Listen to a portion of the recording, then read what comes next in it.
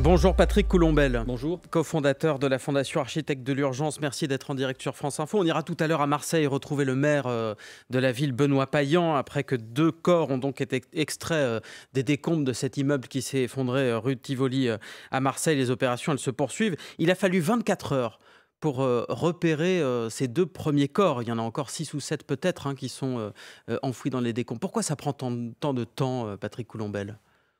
Le contexte est particulier. On est sur. Il y a aussi un incendie en même temps qui est pas complètement réglé. Le feu brûle toujours, oui. Donc ça pose des difficultés, notamment dans les accès et puis l'identification qu'il peut y avoir avec les chiens qui sont sur place. Mais c'est pas simple d'intervenir dans un contexte comme celui-là, dans la mesure où on sait qu'il y a des gens qui sont en dessous et que si on ne veut pas les blesser, quand on enlève les objets, quand on enlève tous les éléments constructifs, on a intérêt à faire ça de manière assez délicate. Normalement, quelque chose comme ça, une démolition comme celle-ci, en 24 heures, on sait régler ça et il n'y a plus rien, quoi. Là, ils vont beaucoup plus doucement. C'est vraiment l'incendie qui est en premier l'incendie lieu. leur pose clairement un vrai problème, quoi. On est sur quelque chose d'exceptionnel, un effondrement, un incendie, des immeubles qui s'effondrent autour ? Non, c'est pas exceptionnel. Des choses comme ça, malheureusement, il y en a assez fréquemment. Quand je dis assez fréquemment au niveau international, c'est pas des choses assez rares, quoi. Il y en a, malheureusement, ce cas de figure là qui est le pire, parce que oui, il y a quand même l'impression d'une combinaison du pire là. En pleine nuit, en plus il y a un incendie, donc on a des difficultés pour avoir accès, et puis en plus la rue est très peu large et que évidemment il y a des immeubles qui sont à côté qui menacent aussi de s'effondrer. Donc il y en a un même qui est tombé en partie. Donc ça c'est un scénario du pire, parce que intervenir dans des conditions comme ça, c'est pas simple pour les services de secours, et en même temps, il faut les protéger. C'est-à-dire qu'il est hors de question que les services de secours mettent en danger la vie de leur personnel, ce qui est normal. L'effondrement du second immeuble que vous évoquez, ça a des conséquences, ça retarde aussi les opérations de secours. Évidemment, parce que lorsque vous allez faire intervenir des personnels, il est fondamental de prendre toutes les mesures nécessaires à les préserver aussi. Il faut pouvoir mettre aussi des engins sur place pour pouvoir travailler, et puis a priori c'est pas simple. Ça a rajouté des décombres sur les victimes. Oui, et puis il y a un problème d'accès matériel. Techniquement, si vous voulez, il faut mettre du matériel, vous êtes obligé d'avoir de l'espace pour ça, et quand vous avez l'espace pour le faire, ça va bien. Pour faire simple, vous êtes au milieu d'un champ, vous mettez un immeuble qui s'effondre, vous tournez autour, c'est facile, vous savez le faire rapidement. Là, c'est beaucoup plus compliqué. Oui, on avait d'ailleurs les images de cette grande pelle qui aide les pompiers et qui creuse. On imagine que cette pelle, il faut qu'elle avance avec énormément de précautions. Il y a Parce surtout les chaque problèmes fois de qu'on distance. fait bouger une pierre, il y a le risque Oui, bien sûr. que l'édifice Ça, s'effondre à nouveau. c'est la vraie difficulté de ce qu'on appelle la déconstruction, parce qu'en fin de compte, c'est un ouvrage qu'on déconstruit, là. C'est ce qu'on est en train de faire. Et puis en plus, comme il y a des gens, si vous avez des gens, il faut essayer de ne pas les blesser ou de les préserver au maximum. Sur les tremblements de terre, c'est des opérations qui se font assez fréquemment. Dans des pays, c'est parfois la Turquie, par exemple. Parfois, ils étaient un peu plus sévères que ça. C'est-à-dire que... Le séisme en Turquie, où vous êtes intervenu avec les architectes de l'urgence et qui a fait plus de 55 000 morts au dernier décompte. Simplement, les pompiers, les marins-pompiers de Marseille, ils sont formés à ce type d'événement, le fait justement d'aller fouiller dans les décombres et d'éviter que ces décombres s'écroulent sur eux. On a en France des services de secours.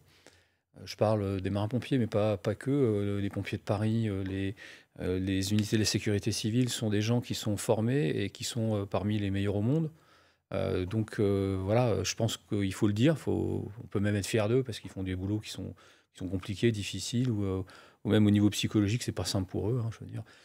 Donc on a tous les moyens en théorie pour faire ça bien, et il faut leur laisser le temps de le faire. Et à ce faut stade, laisser les professionnels agir. À ce stade de l'intervention, c'est les marins-pompiers qui sont en première ligne. Il y a des architectes qui les accompagnent pour qualifier le type de bâti, qualifier le type d'effondrement. Alors spécifiquement, moi je ne suis pas sur place, donc je peux vous répondre que d'une manière générale. Ça, éventuellement, ça peut être le cas. Je sais qu'à Marseille, il y a des équipes d'architectes, d'ingénieurs qui travaillent pour la ville de Marseille, et notamment sur toute la sécurisation des immeubles.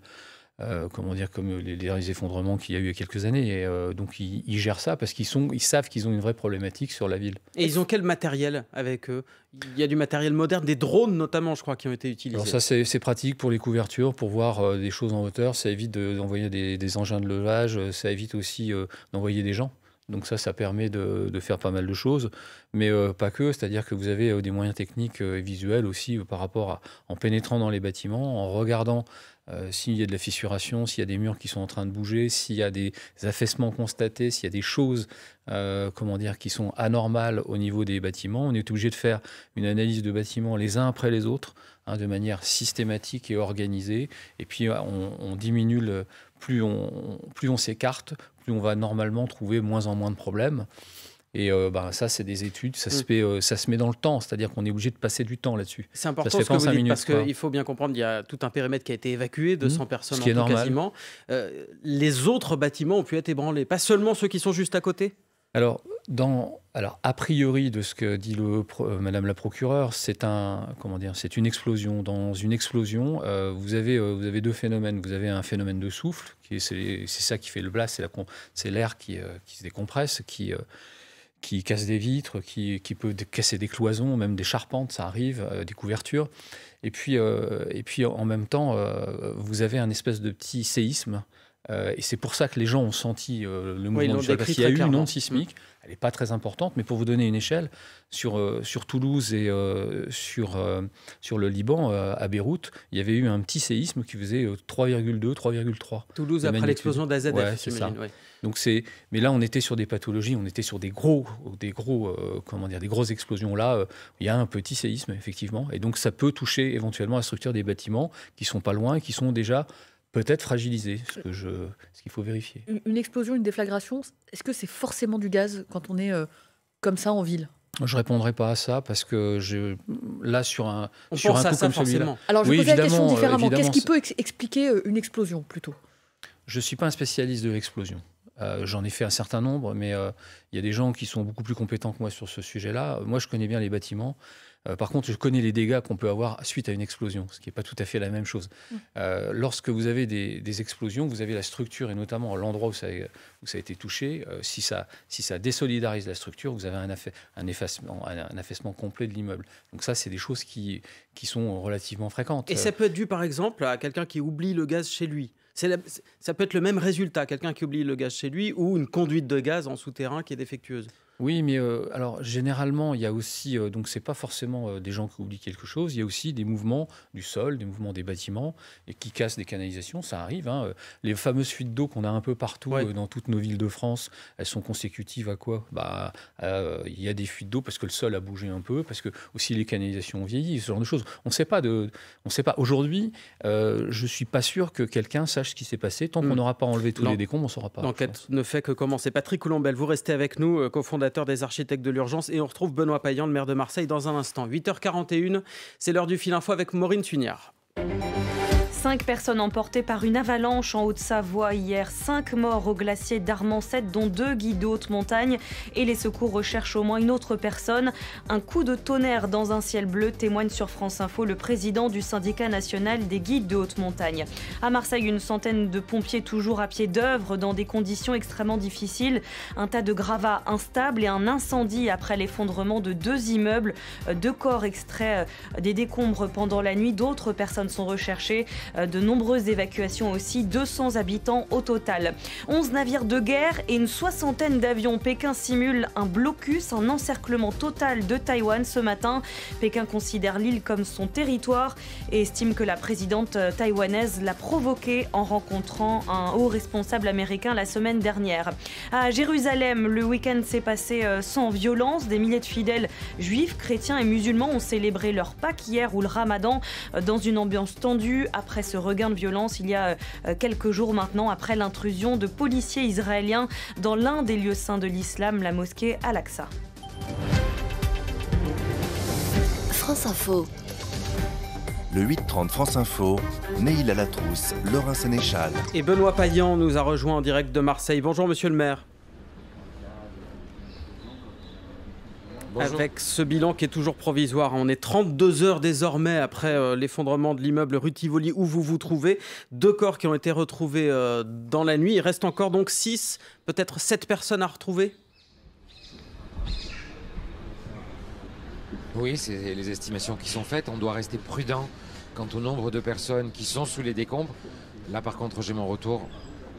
Benoît Payan, on va régler ce petit souci technique dans un instant. En tout cas, effectivement, on parlait de 6 à 7 personnes qui sont toujours peut-être coincées sous les décombres. Les opérations, elles se poursuivent. Elles se sont poursuivies de toute façon toute la nuit et même dès le moment où l'immeuble s'est effondré. Avec nous, on a Patrick Coulombelle aussi en studio des architectes de l'urgence. Patrick Coulombelle, on parlait des opérations qui sont rendues extrêmement compliquées. Il y a peut-être la fatigue aussi qui peut jouer quand on est comme ça 32 heures après l'événement. Évidemment, ce ne sont pas les mêmes équipes qui sont là depuis 32 heures. Il y a des relèves. Oui, moi je ne suis pas inquiet là-dessus. Hein. Je vous le disais tout à l'heure, hein, vous avez affaire à des professionnels, des gens qui connaissent bien leur métier. Donc il n'y a pas trop d'inquiétude à faire. En plus, c'est des gens qui sont extrêmement motivés. Des choses comme ça, c'est quand même très particulier. Donc évidemment, moi je pense que c'est un vrai travail. Il faut laisser le temps aux gens de faire leur travail correctement. Et puis ça va s'organiser. Et puis les résultats, ils seront ce qu'ils sont. Hein. Malheureusement, on ne s'attend pas à des choses terribles, quoi. Ouais. Il y a encore de l'espoir, disait quand même tout à l'heure Benoît Payan, qu'on est en train d'essayer de retrouver en direct de Marseille. On va d'ailleurs aller à Marseille retrouver Agathe Maheuet, notre envoyée spéciale sur place. Agathe, avec cette nuit qui a donc été difficile, ça se poursuit, les opérations, et ces 2 corps donc retrouvés. Oui, absolument. 2 corps retrouvés et qui ont pu être extraits des gravats après un long travail. Ça a pris beaucoup de temps, 1 heure et demie pour pouvoir dégager ces 2 corps sans vie. C'est ce qu'expliquent les pompiers ce matin. Et c'est vrai que c'est difficile, c'est toujours très délicat pour eux. Ce travail des sauveteurs rendu très complexe par ce feu contenu mais pas éteint ce matin encore. Vous l'évoquiez avec votre invité. La fragilité des bâtiments alentours aussi, bien entendu, qui vient rendre tout cela beaucoup plus compliqué. Mais la priorité, malgré tout, est toujours là. Cette recherche d'éventuels survivants dans les décombres de ces bâtiments effondrés. Il y a toujours de l'espoir. Le maire de Marseille le redit effectivement ce matin, avec malheureusement pour l'instant des corps sans vie seulement qui ont été trouvés donc sous les gravats. La question aussi va être celle des nombreux évacués lorrains qui ont dû quitter leur logement autour de ces immeubles effondrés dans la rue de Tivoli dès hier matin. 200 personnes environ qui ont dû quitter parfois précipitamment. Ils n'ont eu que quelques minutes pour faire quelques affaires, quelques valises et s'en aller pour être relogés provisoirement. Certains ont été depuis autorisés à rentrer très brièvement chez eux pour chercher quelques affaires supplémentaires d'ailleurs. Des habitants qui ont parfois eu leur fenêtre ou leur porte détruite par la force de cette explosion qui avait eu lieu donc dans la nuit de samedi à dimanche et dont on ignore toujours précisément la cause. La piste du gaz est toujours privilégiée, mais pas de conclusion pour l'heure, nous rappellent ce matin encore les autorités. Merci Agathe Maheuet en direct depuis Marseille. Patrick Coulombelle, vous êtes toujours avec nous, expert judiciaire et cofondateur de la Fondation Architectes de l'Urgence, qui apporte une expertise technique sur ces sinistres, sur des catastrophes naturelles. Comment on détermine l'origine d'un sinistre ? Est-ce que, par exemple, vous, en tant qu'architecte, vous êtes capable de dire qu'un feu, c'est différent qu'un tremblement de terre, qu'il n'y a pas le même type d'effondrement pour un immeuble en fonction de l'origine ? On le lit sur les bâtiments, c'est-à-dire sur les... Qu'est-ce qu'on regarde ? C'est la géométrie, la structure du bâtiment. On voit ce qui a été touché. Parfois, vous avez des affaissements, donc vous avez des signes significatifs sur les façades qui sont très visibles sur les tremblements de terre ou sur des affaissements. On voit des fissures caractéristiques à 45 degrés. Enfin, ce genre de choses sont assez là, par exemple, le fait que les vitres ont été soufflées sur les immeubles d'en face, etc., ça veut dire qu'il y a un blast. Penser, voilà, donc ça veut dire qu'il y a un effet de souffle. Donc il y a de grandes chances qu'il y ait une explosion, bien évidemment. Et elle a été entendue, a priori. Les experts que vous êtes interviennent dès le début de l'enquête ou votre rôle intervient plus tard quand arrive un deuxième temps judiciaire ? Ouais, juste une précision, Architectes de l'Urgence, c'est une organisation humanitaire, c'est-à-dire une fondation reconnue d'utilité publique qui intervient dans les spécificités de catastrophes dans le monde entier, en France aussi de manière assez ponctuelle, mais plutôt à l'international.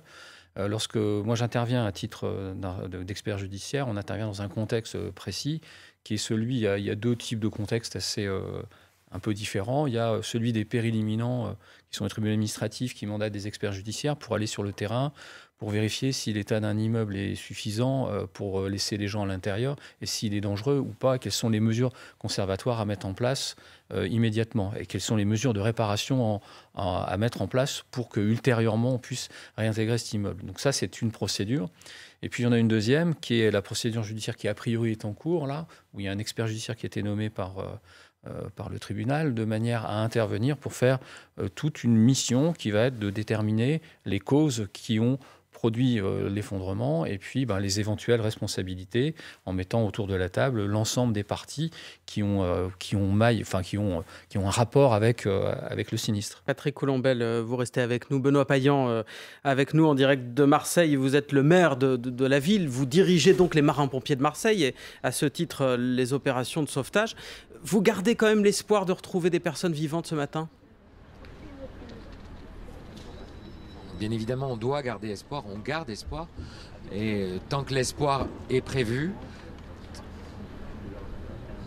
je m'entends bien, tant que l'espoir est là, on continuera les secours.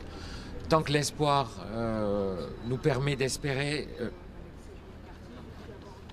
Benoît Payan qui a un petit souci de retour manifestement d'écho avec nous en direct de Marseille, qui garde donc un mince espoir de retrouver des survivants. Patrick Coulombelle avec nous en direct des architectes de l'espoir, j'allais dire, des architectes de l'urgence. Est-ce qu'on peut garder espoir 32 heures après l'effondrement d'un immeuble ?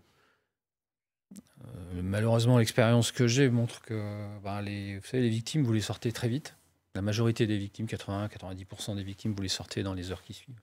Quand je dis les heures, c'est vraiment 1 heure, 2 heures après. Et puis après, il faut de la chance. Oui. Donc s'il y a de la chance, il peut y avoir des gens coincés dans un endroit où... Une poche en fait, une structure qui se serait effondrée, qui aurait créé une poche de survie autour d'eux. En même temps, il y a le feu, il y a des fumées, il y a... Et puis, quand il y a des gens, lorsqu'on fait des moments de silence, vous savez, sur des scènes comme celle-là, on fait des moments de silence, et on appelle un peu, on essaie de faire des signes, et puis on essaie d'écouter si ça vient en retour. Donc c'est des moments qui sont particuliers, qui sont toujours émouvants, parce que si ça répond pas, c'est jamais très bon signe, quoi. Et d'ailleurs, le maire Benoît Payan donc il ne faut pas s'attendre au pire. Dès les premiers instants, préparer les esprits en quelque sorte à ce qu'il y ait des victimes. 2 corps déjà tirés des décombres dans la nuit et il reste 6 à 7 personnes portées disparues. 8h50, on s'interrompt le temps du fil info avec Maureen Sugnard. C'est toute une rue qui est fragilisée. 200 personnes évacuées à Marseille, des habitants de la rue Tivoli. Après l'effondrement de 2 immeubles ce week-end, 2 corps ont pu être extraits des gravats, mais ils n'ont pas encore été identifiés. Les secours poursuivent leur opération dans des conditions très difficiles. Un sol instable et un incendie qui n'est pas encore éteint. La réforme des retraites encore en première ligne cette semaine. Elisabeth Borne reçoit de nouveau le Rassemblement national demain avec Marine Le Pen, des associations d'élus locaux ensuite mercredi. Jeudi, place à la 12e journée d'action contre la réforme à la veille de l'avis du Conseil constitutionnel vendredi. 3e jour des manœuvres militaires chinoises près de Taïwan. Pékin affirme mener en ce moment des frappes simulées. Des avions aussi chinois transportent des munitions réelles. La Chine simule un blocus de l'île revendiqué, une réponse à la visite aux États-Unis de la présidente de Taïwan la semaine dernière. Fin du week-end prolongé de Pâques, vous ne serez pas seul sur la route. Journée rouge en Île-de-France, dans le Grand Ouest et le Nord, dans le sens des retours. France Info. Le 8h30 France Info, Neil Latrousse, Laurent Sénéchal. Patrick Coulombelle, vous évoquiez il y a quelques instants cet effet de souffle, ce blast qui a explosé, a soufflé des vitres alentours et qui a pu fragiliser des édifices voisins. Il va falloir actuellement aller examiner chacun des bâtiments dans le périmètre autour pour voir s'il y a des besoins de consolidation. C'est une règle, c'est-à-dire que on peut pas faire une analyse statistique sur un truc comme ça, c'est pas possible. Et les bâtiments un bâtiment, c'est un prototype. C'est pas comme les voitures. On n'a pas. C'est pas fabriqué en série. Exactement. C'est l'inverse de la série. Donc c'est la difficulté de l'exercice du bâtiment, c'est qu'on fait que du prototype toute l'année. Donc ça veut dire que c'est des gens différents qui ont construit, c'est un architecte différent, c'est une entreprise différente, des personnels différents. Il faut se procurer tous les plans, par exemple. Alors ça va faire partie des choses, mais parfois on les a pas et puis on fait avec quand même. C'est surtout en faisant des investigations de terrain, en allant dans chaque bâtiment, en regardant spécifiquement, en observant tout ce qui a pu bouger à différents niveaux. Il faut regarder de la cave au plafond. Ah, complètement, ouais. On cherche les fissures, tout ça. Ouais, on va dans les combles, même partout. Et puis on essaie. Il y a des signes. Ça prend du temps. Ça prend un peu de temps, ouais. C'est des signes significatifs, notamment. Alors les premiers signes, c'est les portes qui se ferment plus ou celles qui s'ouvrent plus. Parce que le cadre a bougé. Parce que le volume, il y a des affaissements qui sont produits, ça arrive, hein, c'est assez fréquent de ce genre de choses. Donc on regarde ces signes-là, puis après il y a des signes plus importants, où on a de la fissuration à différentes épaisseurs, et puis en fonction des épaisseurs, on voit si c'est vraiment la structure qui a été touchée ou si c'est une fissure qui n'est pas forcément grave. Et puis en fonction de ça, on va déterminer ce qu'il est à faire, et éventuellement mettre en place des mesures préventives. Si les gens sont évacués, c'est déjà une première mesure importante. Après, derrière ça, on sait faire des étaiements, on sait faire du renforcement, on sait faire de la stabilisation avec des ouvrages de boiserie, avec des ouvrages de renforcement, avec des étais. On n'est pas obligé avec de tout reconstruire, on peut juste renforcer bien avec... sûr, oui, bien sûr. On n'est pas obligé de tout démolir. Non, c'est pas ça. C'est-à-dire que, par contre, ça coûte un peu d'argent. Et puis, moi, je pense à tous ces gens. Vous avez des centaines de gens, 199 personnes qui ont été évacuées. Ils ne tournent pas chez eux forcément pendant ces opérations-là. Là, c'est un problème pour elles, parce qu'au début, là, ça va, parce qu'il y a une empathie, il y a un tas de gens et tout ça, mais qu'est-ce qui va se passer dans 3 semaines quand on va passer à autre chose? L'actualité va passer à autre chose, et puis ils vont encore rester avec dehors. Dans 3 semaines, ces personnes ne seront pas forcément rentrées chez elles, c'est ce que vous oui, dites, c'est possible, c'est possible, parce que généralement, tout le monde tire à couvert quand c'est un truc comme ça. On n'a pas envie que ça se passe, qu'il y ait un autre immeuble qui tombe, donc évidemment, tout le monde, personne ne prend de risque, et tout le monde, justement, met une couverture là-dessus. Donc le vrai sujet qui va se passer pour ces gens, c'est, je pense que les assurances là-dedans doivent être autour de la table. C'est pas possible de pas être là, et parce qu'il faut mettre en place des choses avec les populations, et puis les services de l'État qui sont là, le service de la vie aussi. Oui, ne serait-ce que pour les reloger. Mais vous qui avez vécu des situations d'urgence même beaucoup plus graves, c'est un réel traumatisme, y compris pour les personnes qui ne sont pas directement touchées. Ces personnes, par exemple, qui ont dû être évacuées. Tout à fait, même des gens qui ne sont pas touchés physiquement, ou même leur immeuble n'a rien. Le fait que ça puisse arriver, il y a un effet de sidération globalement dans les populations qui sont avoisinantes, et vous avez des gens qui sont touchés à des degrés divers, et vous avez des gens il y a des gens qui vivent ça très bien, et puis il y a des gens qui vivent ça très très très mal, et qui ne supportent pas cette problématique-là. C'est quelque chose qui était tellement inimaginable. Peut-être de rentrer chez elle après en se disant mon immeuble, il est touché, j'en suis sûr. Il y a ça. Donc nous, on s'est rendu compte avec tout un tas d'architectes lorsqu'on est allé sur le terrain avec des ingénieurs, et on a fait des opérations avec des psychologues, et on s'est rendu compte qu'avec les psychologues, en épaulant techniquement les psychologues sur la raison pour laquelle un bâtiment pouvait tenir aussi, parce qu'un bâtiment, on s'est expliqué aussi pourquoi il peut tenir. Sur une pathologie, notamment sur les tremblements de terre, on sait très bien le faire, ça. On sait très bien qu'un bâtiment, celui-là, il n'a rien eu, vu là où c'est. On sait que normalement, il n'y aura pas de problème, et on sait l'expliquer aux gens. Et quand vous êtes capable de faire ça, vous aidez les gens à partir de cette mauvaise histoire, et puis essayer de revivre à peu près normalement. Donc ça met un peu de temps. L'accompagnement post-traumatique est fondamental dans tout ça. Et surtout dans une ville peut-être comme Marseille, où la question du logement est peut-être davantage qu'ailleurs sensible, avec dès hier ce souvenir d'un effondrement passé, même si les deux situations n'ont rien à voir. Oui, ça n'a pas de rapport, mais et puis des choses comme ça, il y en a un peu partout, et je pense que la particularité de Marseille, c'est une ville tellement cosmopolite, il y a plein de gens de partout, c'est quelque chose d'incroyable, c'est une ville incroyable quand même. Et puis on est quand même une ville très méditerranéenne aussi, donc je pense que ça y joue aussi. Mais vous avez vu ce qui s'était passé à Lille il n'y a pas très longtemps. Justement, ça évoque une drôle de loi des séries, même si effectivement chaque effondrement est différent, et chacune des causes est différente. Lille, il y a quelques semaines, la rue d'Aubagne à Marseille, même si encore une fois c'était un immeuble insalubre, là manifestement la cause est tout autre. Il y a quelques jours même à Paris, une dizaine de personnes évacuées d'un immeuble après l'apparition de fissures.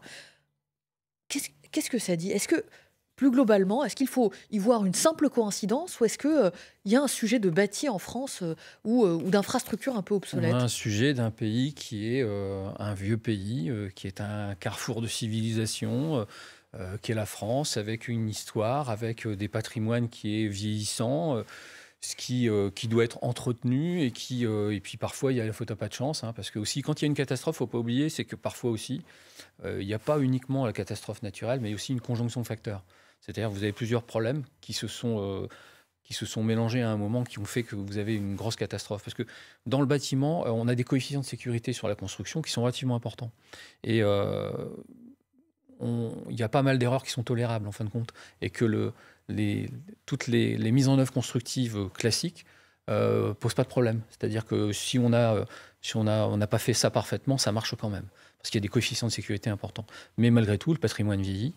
Le patrimoine doit être entretenu. Et quand vous êtes bailleur, si vous êtes bailleur et que vous n'y habitez pas forcément partout, et puis ça coûte de l'argent.